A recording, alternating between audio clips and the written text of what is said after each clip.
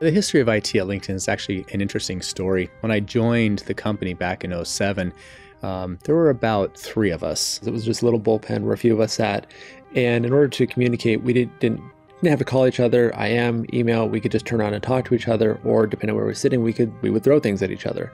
That was essentially how we communicated when we needed to. When I joined, I was the first project manager to join the team. Corp IT, as it was known at the time, was probably about 15 or 16 people. We were trying to put a lot of infrastructure, applications, and just the bones of IT in place. I'd come from very large companies prior to LinkedIn, and some companies I saw things that worked well in IT, and I saw some things that did not work so well. Traditionally, when you work at a company and you're dealing with IT teams, it's perfunctory. It's something that has to be done. The typical, dark room with a bunch of sysadmins or help desk staff that don't want to be bothered. IT was always the department that said, no, you can't do this. No, you can't do that.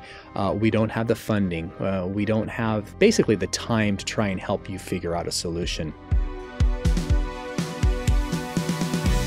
You look at the way our IT team operates and their passion and the way they try to be proactive and the way they are so customer-centric just turns all of that on its head. We used to have a contest. Whoever got the most compliments or the most kudos from the rest of the company in terms of being helpful or just making their lives easier, we get a bonus. That mentality or that way of thinking was in all of us. The name of the IT department was Corporate IT.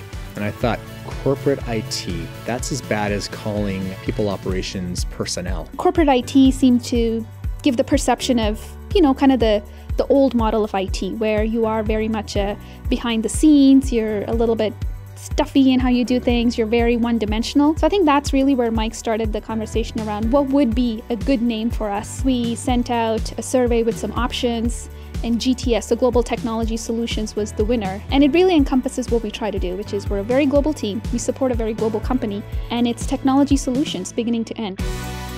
Culture's a huge element at LinkedIn, and I like to think that we contribute to that as well. We were always given the ability to innovate and to kind of run with our own projects and to create products that would help the team. That's one of the reasons why we created what we call the tech lounges. Go to this room, talk to a friendly staff person, give them your system, and then sit in the lounge and have a cup of coffee, relax, play a video game. And that's the whole idea, is that it should be a nice experience. The second component really stressed was we should be a team that enjoys what we're doing, because that's going to translate into providing exceptional customer service. Once upon a time, we had a contest, and everybody had a small budget to decorate their cubes. We, of course, took it a little bit further. We came up with a theme of a Tron nightclub, and the team worked, for about a week setting everything up. And we won the contest by a landslide. And it was so popular that Jeff said, you know what, we should make this a regular thing. That really speaks to the thought that, if you enjoy your work, it's going to show, and it's going to help you be a better employee and a better team member. And as a department, you just offer better services to your customers. So I was taking a look at my LinkedIn feed, and I noticed they had the announcement from Computer World of the best places for IT employees to work. And I thought, okay, so there's several companies that are on there. Why aren't we? 30 minutes later, I got an email from Jeff. He read the same thing. And I said, I was surprised not to see us on this list because this is the best IT team I know. And he's like, so, Jennings, what are you doing about this? And why aren't you top on the list there? I don't know if it was a specific challenge per se. I may have said, well, let's see if we can, be number one. So I replied, I'm like, absolutely. I was just thinking the same thing. We're going to do this. When I was informed that we were in the running to win this award, I got very excited. And I thought, okay, great, we're one of the top 5. I'm guessing, there's 100 companies that are submitting their names. When I found out we were number 1, I was like jumping up and down. I could not believe it. I was just ecstatic. That was just the highlight of my year. Especially with a recognized publication like Computer World.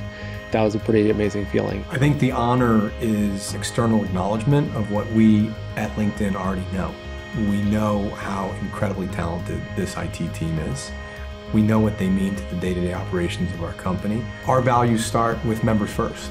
And we can't be members first. We can't do what we do in terms of creating value for members and customers every day if our technology is not working properly. And so in that regard, it all starts with GTS. Now that we won the number 1 spot, to me, that's great. That's setting a bar. The bar is set so that way you can always aim for something higher. It's definitely a great start. By no means is it a finish, but it's a great start.